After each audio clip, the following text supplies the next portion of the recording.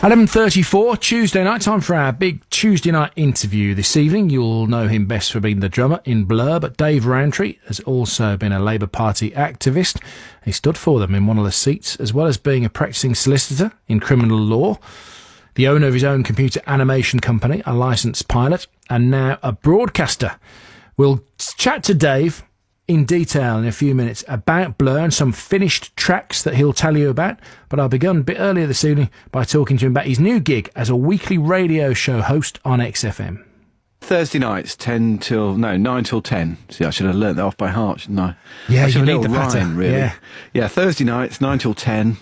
It is great fun, actually. I never had, I never really had got involved in radio. I'd done lots of interviews, but I didn't really know how it all worked, so it was kind of an interesting thing. And actually, it's just really good fun to make radio programmes. So can you help me to fill in a few blanks here then? Because when Blur had their first recess, as I like to call it, was that when you became the solicitor? Sorry, slurping some BBC tea there. Yes, that was when I started training. So the band was winding down, had been winding down for a while before, there was that well-publicised falling out, really. Yes, we're around 2003 there, are we? Oh, God knows, yeah. I'd barely even remember my own name these days. It probably starts with a 2, let's say it does. Okay. And I had been had part-time running this little animation company and making animation. So I thought I would just segue into that and do that full-time. Yeah. But actually, it turned out to be far more fun doing part-time than full-time. Right. And why was that?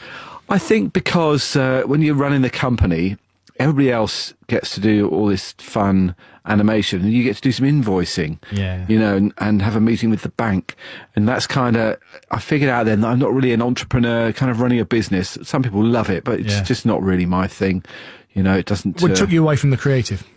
Yeah, I just, I like to muck around for a living, really, if at all possible. So, I actually we did do some good work when I was working there full time. We ended up making a little show of shorts for Channel 4 and other bits and pieces. But I was kind of bemoaning my my lot, as you do when you're a middle-aged man.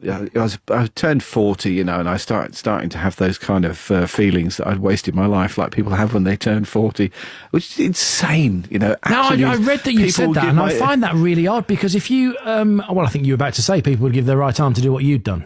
I was going to say eye teeth, but right arm, we'll go with right arm, that's fine. Yeah, a lot of people... it's hardly a waste of a life, is it? Would think that, would have those thoughts. If they were a lawyer, they would wake up and go, I should have been in a band. But it just goes to show that it's just irrational nonsense. The grass is always greener. People when they turn 40, really. It doesn't matter what you do for a living. But yeah, anyway. The Blur back catalogue, which you're obviously a key part of, yeah, it is already, and it will, I confidently predict, stand the test of time. I mean, this isn't just some band that were around for 2 albums and maybe had one single that occasionally you hear on the radio and go, oh yeah, I remember that. This is a solid body of work that surely you're incredibly proud of. I am, and it passed those feelings, but not before. I'd made some changes in my life, and I think that's probably why you have them, And one of the changes I made was to get more involved in the Labour Party. I've been a passive member for a long time, and leaflets had come through the door inviting me to things, and I'd gone, one day I'll do that. And so I just started turning up to those things. And second, I was speaking to a lawyer friend of mine going, oh, no, waste my life being a drummer, which I didn't. But anyway, he gave me that look. It was like, you didn't. What the hell are you talking about? And I said, I should have done what you... Now, you should never... be careful what you wish for around lawyers, because they have this uncanny ability to make your wishes come true. And they do say when the gods want to punish you, they answer your prayers. Have you ever heard that? So I was around this lawyer friend of mine. Say, I should have done what you did. You get to help people, really kind of. And he said, well, why don't you go down the Old Bailey for 2 weeks? He said, at the end of the 2 weeks, you'll know if you're interested in being a lawyer. It's great advice. His grandfather apparently had said that to him when he was thinking of being a lawyer. So this is wisdom passed down the generations. And so I did. I went down the Old Bailey, spent 2 weeks there, and it was just riveting, And actually, funny thing happened. I was made friends with the court staff, which is always worth doing in courts. And they would pull me in and out of courts when things were going on. And, when the defendant was giving evidence or when the judge was summing up or something like that. So I saw all the various bits of the court process. Anyway, at the end of the 2 weeks, I went and found the court manager. I said, thanks very much. I really appreciate all of your help. And he said, you're not somebody famous, are you? And I said, I might be. And he said, I knew it. You're Chris Evans, aren't you? He said, will you sign my autograph book? And to my eternal shame, You did. I wrote, best wishes, Chris Evans. So there we are. So that was why, I was hooked from that day, really. But you know what? That doesn't surprise me, Dave, because I was really lucky in that I was a BBC trainee reporter. That's how I started my journalistic career. And the legal training was done at the Old Bailey. Yeah. And this is a building that you see every night on the news. And all of a sudden to be in it and to be observing a trial. And generally the trials there of quite a serious magnitude of offence. And it's just something else. It blew my mind. Yeah, they are. I mean, they're the trials you see on the news. They're the murders. They're the really, really serious offences. So I got this sense of kind of history unfolding in front of me. The sense that what the people were doing down there really mattered. People's lives were being changed one way or another. So the chronology of your life is that when Blur had the hiatus in the mid-2000s, the animation was ongoing, but you didn't enjoy the kind of running the management side of it. You were training then to become a solicitor. Yep. And now I understand, I've been on your firm's website today. We can still hire you, can't we? You can. Not on a BBC salary, I'm afraid. But no, right, okay. Yeah, in theory. With no fee. You don't do any of that business then, do you? No, right. No, we don't.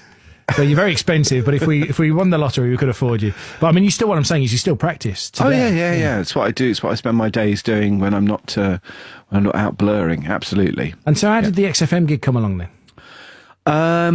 Another kind of bizarre series of coincidences, really. I've got this kind of, it's a curse, really, that I tend to do the most interesting thing at any point in my life, and if somebody comes along with an interesting suggestion, I'll go, all right, rather than going, oh, I don't know, it might not work. I'm not blessed with that kind of, with that normal reflex that makes people think before they act. You know what I mean? So a few years ago, somebody just sent me an email saying, do you fancy DJing in my club in Italy? And I used to DJ started when I was a kid, actually. I used to DJ at my local youth club. And then when the band started, for the first few years, we were flat broke. We'd be flying around the world first class and then not have enough money to buy a cup of tea when we got home again. So it was a weird time. We used to call ourselves the poverty jet set. And so there's lots of indie clubs in the Midlands. I know for historical reasons, a lot of my friends come from the Midlands, and I would just DJ in these indie clubs and kind of earn enough money to eat, kind of see us through the early years of being in a band. So I knew how to do it, but I hadn't done it for 20 years, 15 years maybe. Probably actually 20 years, realistically. So anyway, I went, yeah, right, sounds fun. Go to Italy, play some indie clubs, why not? And actually, I've discovered that actually was really a lot of fun. I'd forgotten just how great it was. You get to visit these indie clubs. Often there's a band playing, so you meet some other musicians. Yeah, but your headline slot was 4 a.m, wasn't it? Oh yeah, well, that's the downside with these European clubs. Is right. They open at 4 a.m. So they say we want you to play at 4 a.m. What they mean is we want you to arrive at 4 a.m. But you're probably going to be playing at about 5 because the club will be full until then. Yes, that's the downside. But it's just really good fun. And then just as a result of that, this offer to do a radio show came along, and again I went, sure, why not? And went to see my mate who knows how to make radio shows and said, how do you make a radio show? And he kind of, ran me through the basics of it, and the rest, as they say, is history. Well, listen, I wanted to play some music while we spoke to Dave Rowntree tonight on 5 Live. So I'm going to play a little excerpt from a track that you picked a while back as one of your favourite songs of all time. So I'm going to give the description that you gave to Time Out, and then before we hear it, you can guess Okay? Okay. All right. So you said of this song, it's a masterclass in epic songwriting and production. It was a huge influence on us, and you can hear echoes of it in many of our records. With his absurdly rich baritone and effortless cool, he could probably have sung the phone book and got away with it. What are we referring to there? Oh, we're obviously talking about Scott Walker, aren't we? And Montague Terrace in Blue.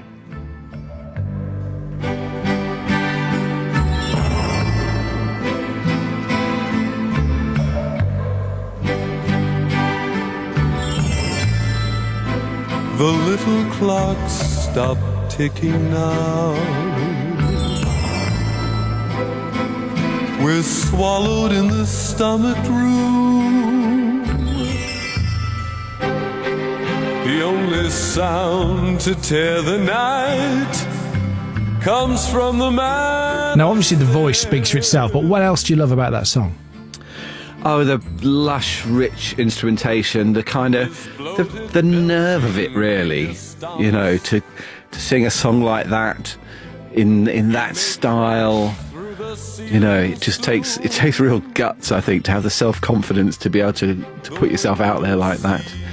But you know, it's such a beautiful song, so beautifully sung. The subject matter's so nice. Now, I wanted to play you a Blur song as well, and I wanted to bear in mind that A, it's late at night, so we didn't want anything too rowdy, and also I wanted to pick something that was not Park Life or Country House, because they just seemed a bit obvious to me. And one of my favourite tracks is this one, and I thought this actually is quite similar to the Scott Walker song that we just heard. Do you think? Yeah, no, absolutely. All our attempts at being epic are those songs that have the Scott Walker reflections in. That's what I was talking about.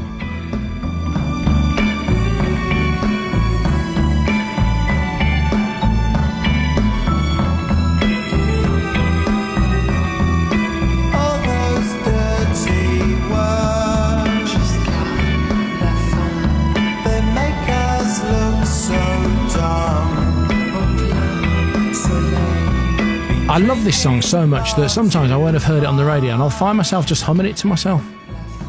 We were listening to Françoise Hardy as well at this time, and she was a huge influence on this track. It's not this album, actually.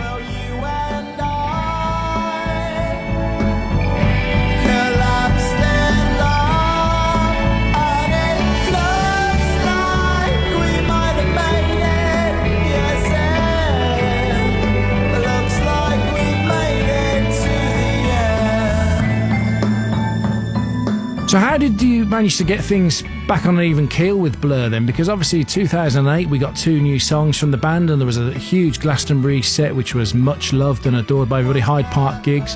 How did that come together? Because although it's well documented how the band fell out, you've always remained friends, haven't you? Yeah, we kept the lines of communication open, you know, but in reality we just needed a bit of time off, I think. It's quite a weird artificial environment being in a band, you know. You're with each other every day of the year, pretty much in each other's pockets, 24 hours a day, you know. In fact, 24 hours a day. In the early days we were. In the early days we used to share hotel rooms, so we were literally with each other 24 hours a day. But it's a weird kind of melting pot, and it's not surprising that many bands do go off the rails as a result of it. So we just needed a bit of a break, you know, and I think actually things quite naturally came back together again afterwards. It didn't take much pushing when we'd had that break for us to think about dipping our toes back in the water again. It just took an excuse to do it, really. And what was the trigger then? What was the excuse? Was it the Glastonbury offer? It was the Hyde Park offer, actually. That was the first thing we were offered, as I remember. Or maybe it was Glastonbury, as I say. I don't remember my own name these days. What's caused the memory loss then? Is it advancing years. Yeah, advancing years, and a fair bit of indulgence in the 90s. I couldn't possibly comment. Oh, you already have. We all know what you were doing in the 90s. No, I don't. You were doing more bugle than a brass section. I don't even remember. It seems like a long time ago. But then you, shortly after that, I mean, not, you know, joking aside, you did some work though, didn't you, with some drugs charities as a result of that? Yeah, I mean, but this unfortunately isn't a fertile vein of interview questions, because I'm going to stonewall pretty much everything you say about all of this. Oh, okay, all right. So it's not, it's not something I'm Not something you like to talk about? No, you do what you do, don't you? Or you do what you did? Yeah. And you don't do it anymore? No, not for a long, long time. And where Blur fans will not forgive me if I don't ask you where you're at the moment, because I know you've played Damon's new solo track on your XFM show, haven't you? Absolutely, yeah. It's a stonker. Am I allowed to say that? Is that too partridge? It's a stonker. I find that it's terrible. The partridge thing is just, I mean, that's really the thing that makes me wince when I hear my radio shows back, is how easy it is to lapse into partridgeisms. I mean, he's got it so right, doesn't he? Yeah. He's got it so right. And you know what, Dave, as well, there's something I found about presenting music that accentuates that. I don't know whether it's the energy of the song, but as soon as you hear the track, it's so tempting to say, what a stonker. I know. Did you see the film? He's just... Alpha Papa. Yeah, so it's okay as a film, but I just thought the radio segments were just brilliant. When he said, Nettles calls it, Doc leaves cured. It's Sting. I thought... What a line! So you played the Damon track, and obviously I think you've been to see him perform recently. But I mean, where does that leave the rest of the band? Is there? Are you constantly hammering out ideas? Are you on the phone to each other? Are you not doing that? Do you say, right, Damon's doing his thing now, and Graham's doing his thing, so we'll leave it for a while? Yeah, we're leaving it for a while. We had a lot of work planned last year, and ending up this year in Tokyo. And we'll see what happens. It's well known that we've started recording some tracks. We did that when we were in Hong Kong last year. But what we're going to do with them, I don't know. Nobody believes me when I say there isn't really much of a plan. There isn't really much of a plan. It's kind of... I believe you. If there was, we would just tell people, because it's so hard to keep these things a secret. I mean, you never manage to keep these things a secret. But the reality is, the band is a bit like, approaches the career a bit like I approached my life. We tend to do the interesting things. If somebody comes along with an interesting idea, we go, oh, that sounds all right. We'll give it a go. So, as I say, we've done a bit of recording. We shall see what happens with it. What stage did you reach that stage as a band, regardless of the fallout, or was the fallout the trigger for that? Because quite often when bands first get successful, there is a treadmill that you're on, isn't it? And it is turn around an album, tour it, merch it, turn around another album. Yeah, it's very exciting though when things are going well. So it doesn't feel like much of a treadmill. But when you say, did you reach that point? What point? The point where you felt you could go, well, I'll tell you what, instead of thinking, right, we now feel obliged to put another album out, we'll wait until we feel it's right, or we'll wait until something interesting, as you just said, comes along. Well, here's the reality. We're all friends again. We're having a lot of fun doing what we've been doing over the past year or two. Nobody wants to sacrifice that. So, while it is a lot of fun being in Blur again, we're all treading a little gingerly. Nobody wants to suddenly put loads and loads of commitments that's going to start to feel onerous and to start to make people feel resentful. Nobody wants to go there. So, we're treading with light steps. So that you don't break it again. Yes, absolutely. Yeah, absolutely. And it's, it is the friendships between the four of us, really, and the relationship we have, which is the reason why Blur works in the first place, I think, because we all have the kind of relationship that we do and get on in the way we do. It's, as I've said many times, all of us have no brothers and one sister. So in many respects, we became each other's brothers. And, you can imagine that that's a good thing and a bad thing. Yeah. We're all very good at pushing each other's buttons. If we want to have a shouting match with any of the other three, we know instantly how to do it, and now we don't want to have a shouting match with anyone. So we've got to make sure we don't push the buttons, and as you grow up, you realise that all kinds of relationships take work, don't they? They feel effortless until they go wrong, and then you realise they went wrong because you weren't putting the effort in. So we've learnt that lesson, and now we're concentrating on our friendship first, and we love each other like brothers. So we're concentrating on nurturing that first, and anything else that happens. That's really nice to hear, Dave. You know, it sounds like the people that I used to first watch bouncing up and down on top of the pops have. I don't want to. It sounds really condescending to say growing up, but I mean, it's funny enough. I'm going to hit 40 this year, and I'm associating a lot with a lot of the things that you've said. It's maybe a life thing, it's a stage thing rather than a band thing, isn't it? Yeah, and you know, all of that stuff, all that agonising I was doing in the middle of the night that everybody does, it pushed my life in a direction it needed to go. You know, there's something.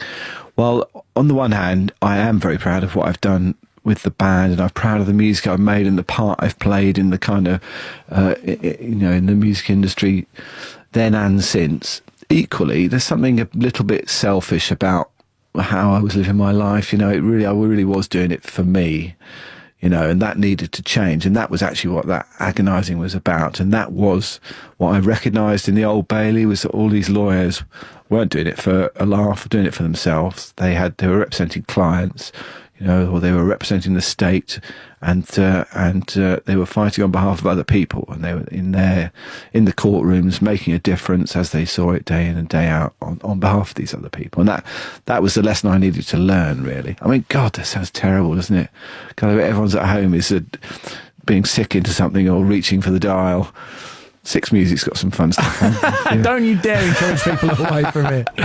Dave Rowntree with us tonight on 5 Live, Blur's drummer and lawyer and animator, and also a while back he did some PR for the space mission, you might recall as well. Basically, if it's around and you can do it, Dave's done it. Is what we're saying. Listen, I want to ask you about this because this made me laugh. I heard you talking about Oasis on your XFM show. Yep. And the Blur Oasis #1 battle. I mean, I remember, you know, very, very vividly, and I remember how exciting it seemed at the time. And it struck me that this was, you know, a genuine rivalry, but also a bit of genuine respect going on, that two British bands were doing so well globally. And I heard you say that, you know, one of the things a lot of people do is apologise for mentioning Oasis around you. And I didn't know why that was, and I didn't know how deep was the supposed hatred. I just thought it was a bit of PR guff. Well, it was, and it wasn't, you know. It was a kind of fun idea for a bit of rivalry that sort of got out of hand, I suppose. But it was good and bad for both of us, you know, both bands. For both of us, it propelled us to the next level. And you know, it was the lead story on the national news that day, which was kind of crazy, and nobody really foresaw it was going to capture the public's imagination in that way. Equally, it's now chained together, or joined together at the hip, really, two bands that actually haven't got very much in common. So Blur and Oasis get mentioned in the same breath a lot. But people, I think, have this idea that I'm still quite sensitive around that, and that's why if they accidentally mention Oasis in my presence, they can often turn to me and apologise and look to see if I'm upset. I'm going to burst into tears, you know. So I just thought I'd make a bit of a gag out of it on my XFM show. But actually, Oasis have written some beautiful songs, and I played one of them on the show. And actually, I'm way over it. It was 25 years ago. So hearing this won't wind you up. I mean, you're cool with this now, eh? Absolutely. To be honest, I'm over it.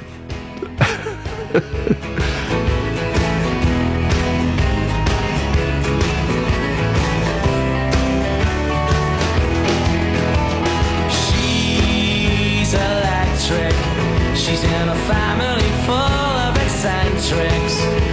She's done things I've never expected, and I need more time. What I find really interesting about Oasis compared to Blur, and what you were just saying about you've all got no brothers and you have one sister, so you are each other's brothers. These two obviously are brothers. And Roger Daltrey, there's some speculation he might try and get them back together next year for a Teenage Cancer Trust gig. Do you think they can do what Blur have done and say, right, well, look, we know what buttons to push, but let's stop pushing them? I don't know. It's, I did say we were all like each other's brothers. Imagine if we actually were each other's brothers. That would add an extra layer of pressure on the whole thing. So I just don't know. I don't know enough about them as people either. You know, I read an interview with Noel the other day talking about the breakup, and it seems to me like there's more going on than there was with us, really. So I think they've got some other demons to conquer as well. Well, I'm sure there are plenty hoping that they do, plenty saying who cares, but that's music and that's the joy of it. And it's been a great play. I can't believe that 25 minutes have flown by with you, Dave. Thank you so much for coming and talking to us on 5 Live tonight. It's absolutely my pleasure. Have me back again. Oh, definitely. We'll definitely have you back again. And just in case you're wondering who that was, it was the Blur drummer, XFM DJ, Thursday nights 9 till 10, Labour activist, solicitor. Have I missed anything else? That'll do for now. Yeah, okay, excellent. Dave Rowntree on 5 Live, and it just seems right somehow and incongruous, so we'll let Lowell and Liam have the final word. And Sue wants to know what the Blur track was that we played in there. So the first track was a Scott Walker track, and then the Blur track was called To The End, which is on the Greatest Hits album, and that's obviously She's Electric by Oasis.